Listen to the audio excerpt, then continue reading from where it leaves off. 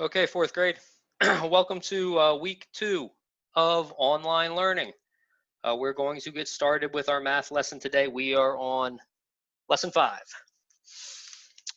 module 6, lesson 5, and our objective today is to model the equivalence of tenths and hundredths using the area model and place value disks.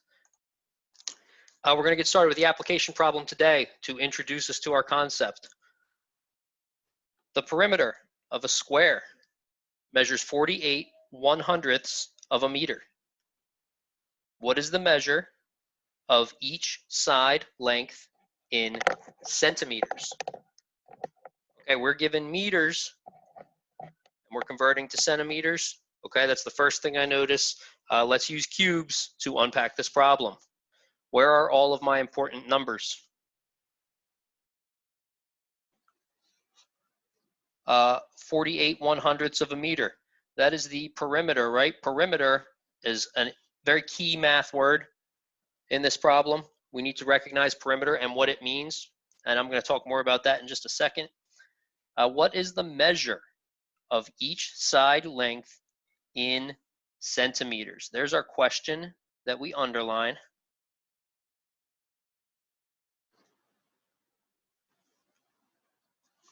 In centimeters is important. If we were to answer this question in meters, it is incorrect and not complete.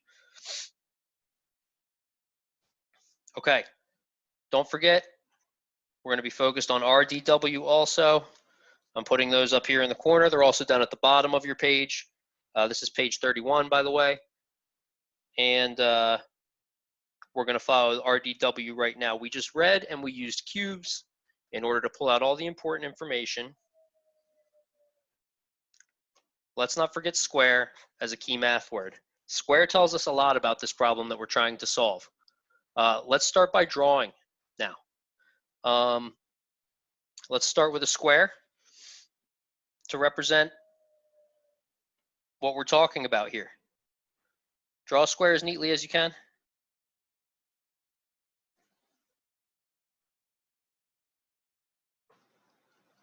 And we know that the perimeter equals 48 1/100ths of a meter. Perimeter is all four sides added together. We can also represent what we're trying to find out and solve as a tape diagram. So let's draw a tape diagram now.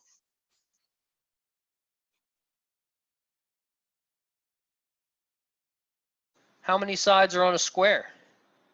4. And we know, because we know about squares, that those sides are going to be all equal. So our answer is going to be one value. The length of this side will be the same as the length of this side, or this side, or this side. So when we're making our tape diagram, we can divide it into equal sections, in half, and then in half again. We have 4 equal parts. Those represent our unknown side lengths. Our whole is 48 1/100ths of a meter, 0.48 meters. We can represent that with a bracket as our total. And we can represent our unknown side length, since it's the side length, we'll call it S. Now, how can we solve? What can we do to find the side length for this square? Let's start with a number bond to break 48 1/100ths into tenths and 100ths. For the number bond, I'm going to start representing 48 1/100ths as a fraction. It's important for you to recognize that this value is the same as this value.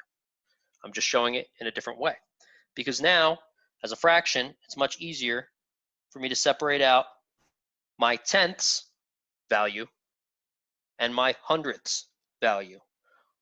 48 1/100ths can be broken out into 4 tenths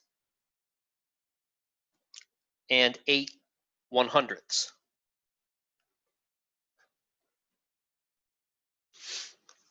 Now, this value, these two values together are the same as this value.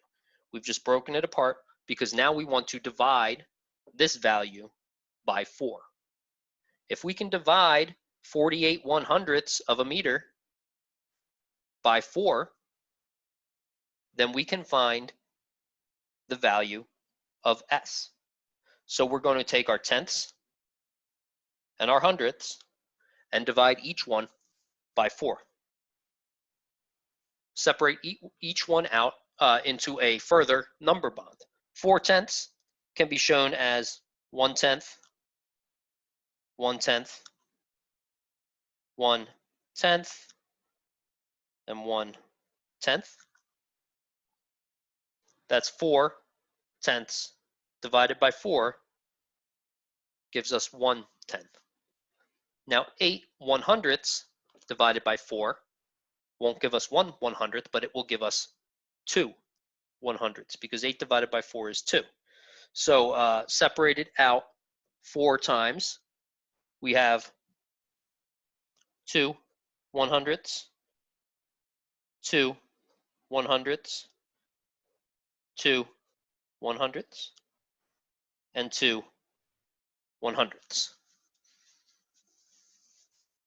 So this number bond, these number bonds are showing us that 48/100ths divided by 4 gives us 1/10 and 2/100ths. So we know that 1/10 and 2/100ths put together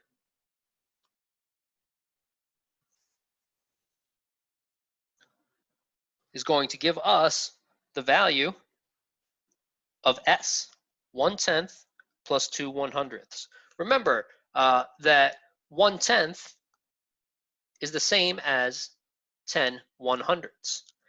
They're equivalent fractions, the same value shown 2 different ways. If we are adding 10/100ths and 2/100ths together, they give us, I'm out of space, I'm going to write it down here, 12/100ths. Let's not forget our unit that we've been working with, which is meters. Okay, we've taken 48/100ths, we've divided it by 4, we have 12/100ths. A lot of us might notice that 48/100ths divided by 4 equals 12/100ths. Maybe you're saying to yourself, well, I could have just done that. Well, I would encourage you to do so in the future. 12/100ths is our value for S, but let's not forget, we're not finished. This value is still meters. We have 12/100ths of a meter. We need to show it in centimeters. Now, if we know, like I mentioned earlier, that there are 100 centimeters in a meter, then 12/100ths of a meter, 12 out of 100 in a meter is going to be 12 centimeters, because a centimeter is the same as a 100th of a meter. 1 centimeter equals 1/100th of a meter, which can also be written that way. So our answer is 12 centimeters. S equals 12 centimeters. Okay, all we have left to do is write. We did a lot of drawing here.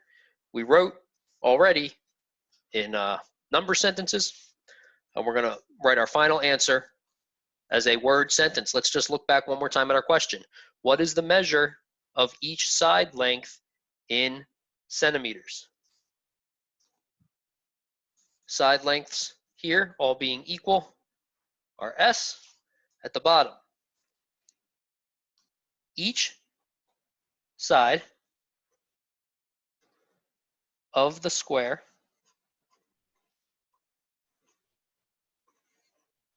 measures 12 centimeters. Your sentence could read slightly differently than mine, but it needs to provide the information that every side of this square is 12 centimeters. Okay, fourth grade. For the next part, we're going to need page 37 out of our Learn books. Turn to page 37 in your Learn book. This template here is called the tenths and hundredths area model. We're going to be drawing a little bit to show equivalent fractions. I want to start by talking about 1/10. Okay, next to those first two squares, pause if you need to go get your book, okay? Label 1/10. I want to show tenths equivalent to hundredths. And I want to know how to show that with a multiplication sentence, but I also want to know how to show that visually, right, with something we can draw. Both of these squares have the same value. They're both worth 1. They're labeled with a bracket and identified. They are worth 1 whole. The square on our left is divided into tenths. The square on our right is divided into hundredths. What I want to show you now is that if you are going to shade in 1/10, which you can do now quickly with neat diagonal lines, don't make a mess, shade in 1/10 of our first square, 1/10 of 1 whole. Now come to your hundredths and shade the exact same shape.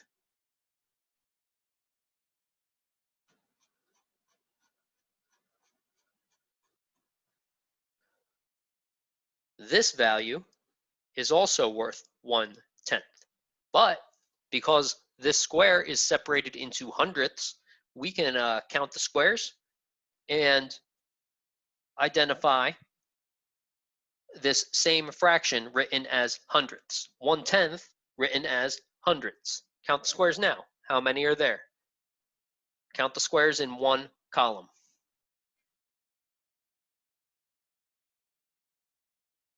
How many are there? That's right. There's 10 squares. 10 1/100ths. 2 equal fractions, 2 equal drawings with the same amount of space shaded.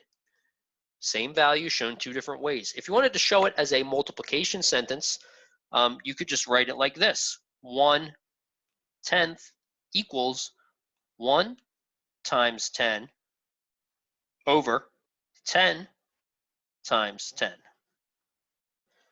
If you want to find an equivalent fraction, you always have to change your numerator and your denominator in the same way, by the same value. So if I'm going to multiply my numerator times 10, I have to multiply my denominator times 10 in order to find an equivalent fraction. 1 times 10 equals, everybody is saying it, I know, 10. 10 times 10 equals, everybody is saying it, I know, 100. 1/10 is equal to 10 1/100ths. This tells us that, this tells us that, and this tells us that. Right now, I want you to pause me and do the same work for this value in these boxes.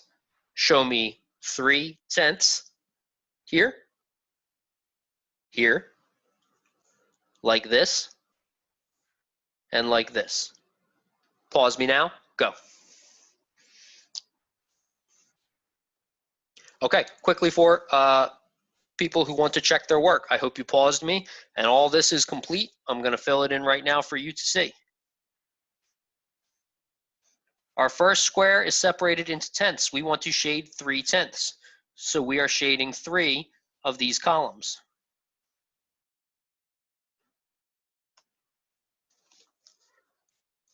This is going to show us the same value. The 1/100ths square should show us the same value, which means it's going to look the same, which again means we're shading 3 columns.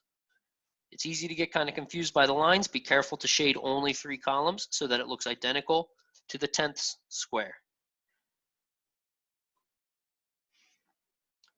Now we could count up these squares to find 100ths, but I don't think any of us need to do that. I think we know that there are 10 100ths in each column. 10, 20, 30 100ths are shaded here. Give yourself a pat on the back if you got that far. And lastly, let's show it as a number sentence, a multiplication sentence. 3/10 equals 3 times 10 over 10 times 10. This will give us our hundredths value. The same value, 3 times 10 is 30, that's written right here. 10 times 10 is 100. 30 100ths. Okay, for the next part of what we're doing today, you're going to need to be on page 33 in the problem set of your Blue Learn books. I want you to complete number 1 right now by yourselves. Okay, this is just like, in fact, identical in some ways to what we just did. Pause me, fill those in now, and use the paper that we just did to help you, that we just did it on a template. Use that if you need help. Okay, now let's look at number 3 at the bottom of the page. Circle hundredths to compose as many tenths as you can. Complete the number sentences. Represent each with a number bond as shown.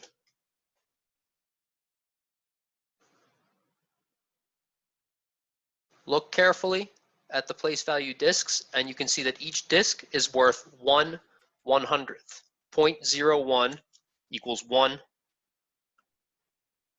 100th. And 10 100ths equals 1/10. So for every 10 100ths that we find and can group together, we can make 1/10. And if you look carefully and see, they're actually already grouped for us to make it easy. Box your 10 100ths now.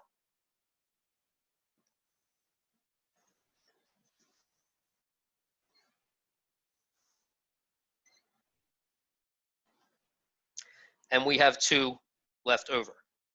So what we have here is 1/10 and 2 100ths. 1/10 and 2 100ths. What do we put here? You say, this is where we can show all of the 100ths individually.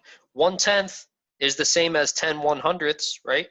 So what's in that box there is 10 100ths, plus we have our 2 loose ones here, 2 100ths. And when we put them together, we have 12 100ths, which is the same. We've done it in number bonds before, and you can see it right here. 12 100ths is the same as 1/10 and 2 100ths.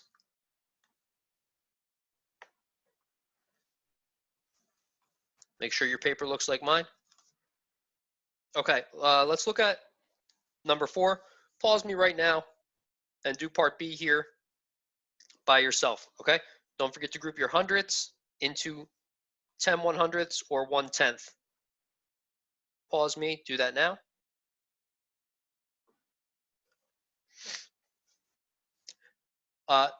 These problems under number 4 is what you're going to see on your exit ticket today. You have to use tenths and hundredths place value discs to represent each number. Write the equivalent number in decimal, fraction, and unit form. Unit form's already got the word written for you. Decimal form already has 0 point written for you, okay? For A, 3 100ths as a decimal is 0.03. How many 100ths? 3.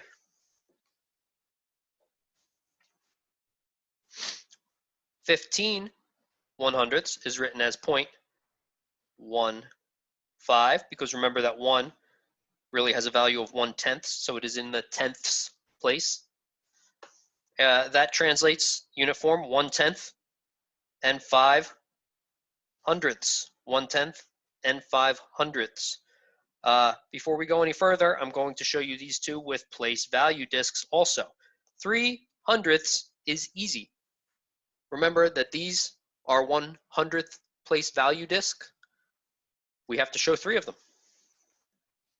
So I show 0.1 first, or I'm sorry, excuse me, 0.01 is hundredths, right? And then draw a circle around it so it's easy to read.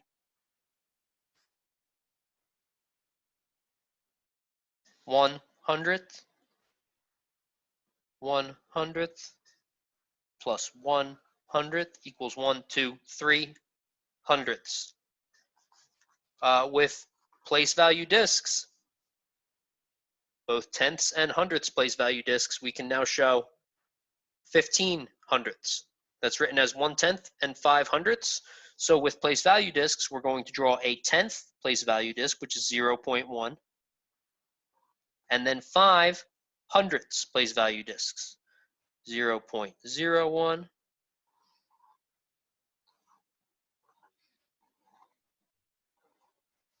we need to show 5 of them. I'm going to go down to 0.01, which is still the same 1/100th to squeeze it in. 0.01 and 0.01 are the same. These are the problems you need to look back to when you're working on your exit ticket. These next two, C and D, are written a little differently. We have the decimal value, 72 hundredths. We can write that in words easily. And don't forget, in fraction form, hundredths will be your denominator. We'll talk about part D in a second because that one's a little tricky. 72 1/100ths, we need to show 7 tenths and 2 hundredths with our place value discs. 1, 2, 3, 4, 5, 6, 7.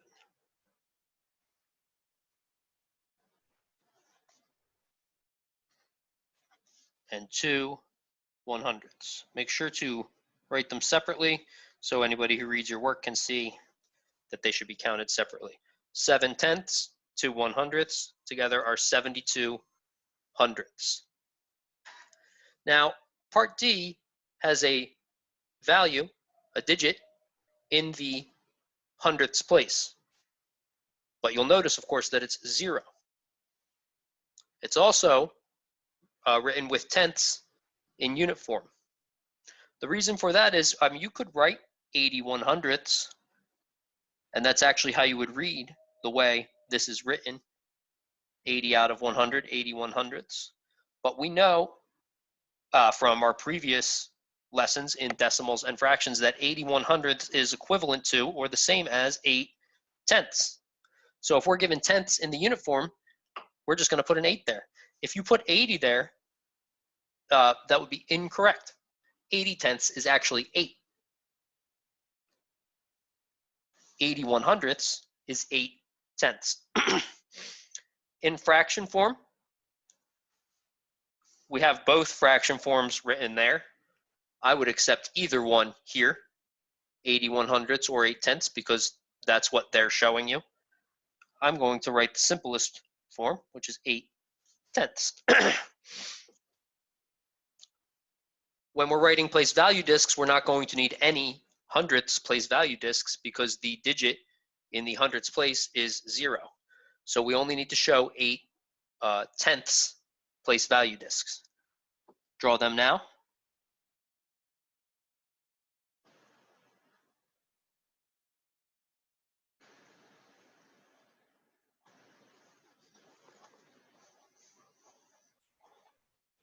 Eight tenths. I'd like for you to try to do E and F by yourselves now. And make sure to refer back to this page, 34, when you turn to page 35 and work on your exit ticket. There's only two values, only two problems to do on the exit ticket. 7 100ths, it's the same exact work. Use place value discs, write the decimal, and fill in the blanks for the unit form.